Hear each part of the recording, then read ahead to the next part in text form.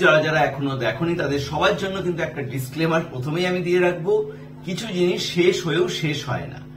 যেই মুহূর্তে সিনেমা তোমার মনে হচ্ছে শেষ, গান চলছে, কিন্তু সেখান থেকে কিন্তু এক্সটেন্ডেড আরো কিন্তু 7 মিনিট 8 মিনিটের কিছু জিনিস, যেটা পার্ট 3 এর কিন্তু আপনাকে দেখিয়ে দেবে ট্রেলার। এবং শ্রী রিলিজ হওয়ার পরে ইন্টারনেটে যেরকম ভাবে মানুষ সার্চ করছিল যে কি ছিল স্টোরি, কে ছিল শ্রদ্ধা কাপুরের ক্যারেক্টারটা, চন্দ্রেই রাজকুমার কেন তার প্রেমে পড়লো, অনেক ধরনের ক্যালকুলেশন মেলানোর জন্য কিন্তু সবাই ইন্টারনেট ঘেটেছিল 6 বছর আগে। ঠিক 6 বছর পরে এই সিনেমাও কিন্তু থার্ড পার্টের জন্য লাস্ট সিনের দ্য এন্ড, মোটামুটি যখন আপনি ভাবছেন গানটা চলছে আপনি বেরিয়ে যাচ্ছেন, ঠিক সেই সময় থেকে আরো 6 মিনিট 7 মিনিটের ফ্রেমে দেখার পরে এবার আপনি চিন্তা করবেন যে পার্ট 3তে তাহলে কি দেখব, কাকে দেখব। ঠিক ওই জায়গাগুলোই কিন্তু ক্যাচ করেছে। সিনেমা শুরু হচ্ছে কিন্তু শ্রী 1 যেখানে শেষ হয়েছিল ঠিক সেইখান থেকেই।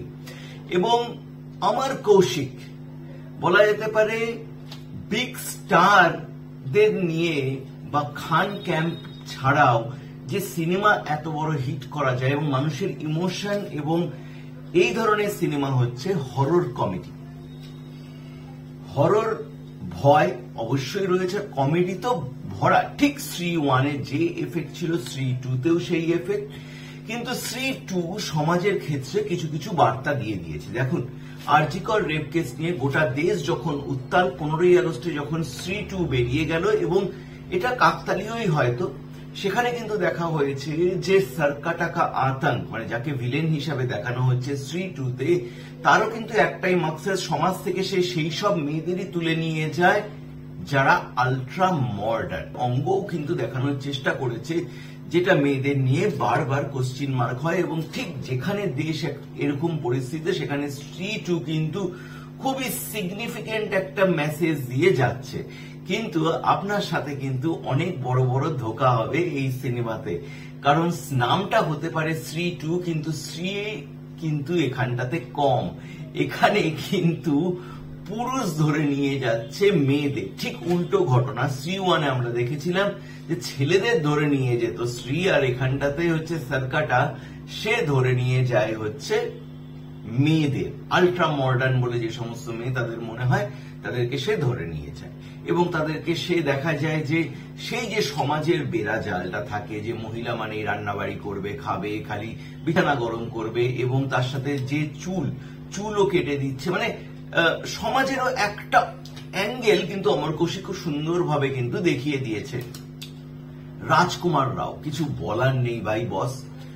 শ্রদ্ধা কাপুরের সম্বন্ধে এটাই বলতে হয় যে অমর কৌশিক জানে, এবং বলিউডের মুখে পুরো ঝামা ঘষা হিরোইনকে কিভাবে ইউজ করতে হয়। হ্যাঁ, একটা অভিযোগ সবার আছে যে শ্রদ্ধা কাপুরের যদি স্ক্রিন টাইম আরেকটু বেশি হতো ভালো হতো, কিন্তু তার যে স্ক্রিন টাইম, যে অ্যাপিয়ারেন্স এবং যতগুলো লুকসে দেখানো হয়েছে, রিয়েলি হ্যাটস অফ।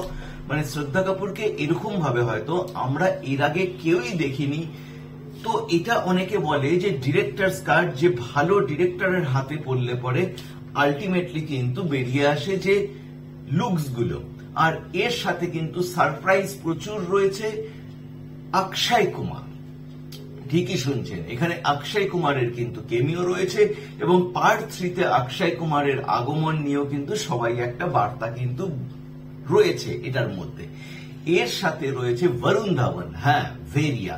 কারণ আমরা যেরকম দেখি ধুম সিরিজগুলো যখন আজকাল দেখছি, সেখানে যেমন দেখছি ওরা একটা পুরো ওয়াইআরএফ যশরাজ একটা ইউনিভার্স তৈরি করছে সবগুলো ক্যারেক্টারকে, পাঠান, জওয়ান, মানে ওই ধরনের জিনিসগুলোকে একসাথে করে। ঠিক এখানেও কিন্তু লোকে বলছে it's Avenger kind of cinema, যে যেখানটাতে অ্যান্টম্যান বা সবগুলোকে ওরা একসাথে করে। ঠিক সেখানে কিন্তু ইন্ডিয়ান সিনেমা হরর কমেডিতে কখনো কিন্তু এক হয়নি। But madam films really hats off, যে 2024-এ তাদের মঞ্জুয়া রিলিজ হওয়া, এর আগে ভেরিয়া তাদের প্রোডাকশনের, এই দুটোর কম্বিনেশনটা বড় স্টার ছাড়াও কিভাবে শুধুমাত্র ভিএফএক্স দিয়ে এরকম একটা জিনিস তৈরি করেছে, না দেখলে আপনি বিশ্বাস করতে পারবেন না। এবং সবগুলো না একটা কোরিলেট করে দিয়েছে। মানে এখন ব্যাপার হবে হচ্ছে এরকম, যেরকম অ্যাভেঞ্জারের সিরিজ দেখতে গেলে পরে আপনাকে আগের সিরিজ দেখতে হবে, ঠিক সেরকমই যদি আপনি পার্ট 1 3 এর না দেখেন, পার্ট 2 এর সাথে আপনি কোরিলেট করতে পারবেন, অত বেশি কানেক্টেড ফিল করবেন না। ঠিক সেরকমই ভেরিয়া এবং মঞ্জুয়া, এগুলো দেখলে পরে আপনি ক্যারেক্টার গুলো কিন্তু বুঝে যেতে পারবেন। মোটামুটি এই সিনেমা যে সময় বেরিয়েছে 1000 কোটির ক্লাবে কিন্তু এ ঢুকবেই। কারণ বলা হচ্ছে 1 ঘন্টাতে অ্যাডভান্স বুকিং এ 45,000 টিকিট কিন্তু সেল হয়ে গেছিল। এবং যতগুলো হল সবই যাচ্ছে হচ্ছে ফুল কমিক টাইমিং নিয়ে।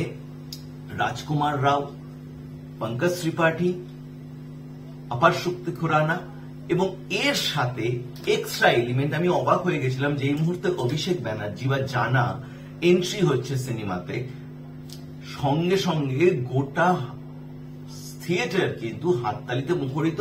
সবাই যেন জানাকে দেখার জন্য কিন্তু ওয়েট করছিল। মানে ওই যে অ্যাপিয়ারেন্সটা এবং জানা থ্রু আউট অসাম।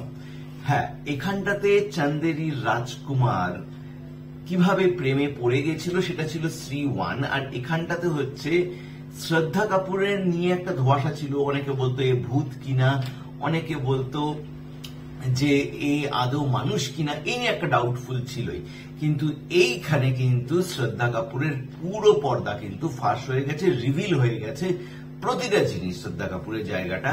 কিন্তু পার্ট 3 এ দেখার জন্য আপনাকে সেই জায়গাগুলো কিন্তু মনে রাখতেও হবে। আর এর সাথে যার চটিতে পুরো শক্তিটা রয়েছে এখানে ওই একটা কথাই যে শ্রী वो कुछ भी कर सकती है। তো ওম্যান পাওয়ারটাও কিন্তু সেখানটাতে পুরোপুরি দেখানো হয়েছে। এবং আমার কৌশিক ঠিক যেভাবে ডেলিভার করেছে, একটা জিনিস মাথায় রাখবেন, যখন যদি পরিবারের সাথে দেখতে যান সিনেমাটা, একটা ডিসক্লেমার দিয়ে রাখবো, প্রচুর কিন্তু ডুয়েল মিনিং কথাবার্তা রয়েছে জোকের মারফতে। কিন্তু এটাই অন্য কোন সিনেমা বা অন্যখানে হলে পরে আপনার ভালগার লাগতো, এখানে আপনার ভালগার লাগবেই না। আপনি জোকের মুডে যে বুঝতে পারলো বুঝতে পারলো, বুঝতে না পারলো না পারলো, কিন্তু ডুয়েল মিনিং কথাবার্তা কিন্তু অনেক নয়, অনেকখানি কিন্তু রয়েছে। At least first part is all about comic, and second part হচ্ছে আপনাকে কয়েকটা জায়গা ছুঁয়েই যাবে যে হরর, কারণ এটা হরর কমেডি। তো আপাতত শ্রী 2 এর দিকে কিন্তু গোটা সবার নজর রয়েছে এবং আগামী দিনে এই সিনেমা ভাই 1000 কোটি কিন্তু যাবে। আর সারপ্রাইজিং এলিমেন্ট আমি বলেই দিলাম, অক্ষয় কুমার এবং বরুণ ধাওয়ান ফ্ললেস। আর শ্রদ্ধা কাপুর হ্যাটস অফ, এবং রিয়েলি আমার কৌশিক ঠিক যেভাবে ইউজ করেছে শ্রদ্ধা কাপুরকে, আই থিঙ্ক বলিউডে এর আগে কেউ শ্রদ্ধা কাপুরকে এইভাবে ইউজ করেনি, and long way to go. আর আজকেই কিন্তু টিকিটটি বুক করে হলে গিয়ে, আপনার নিয়ারেস্ট হলে গিয়ে সিনেমাটি কিন্তু দেখে আসুন। ভালো থাকবেন, জয় হিন্দ।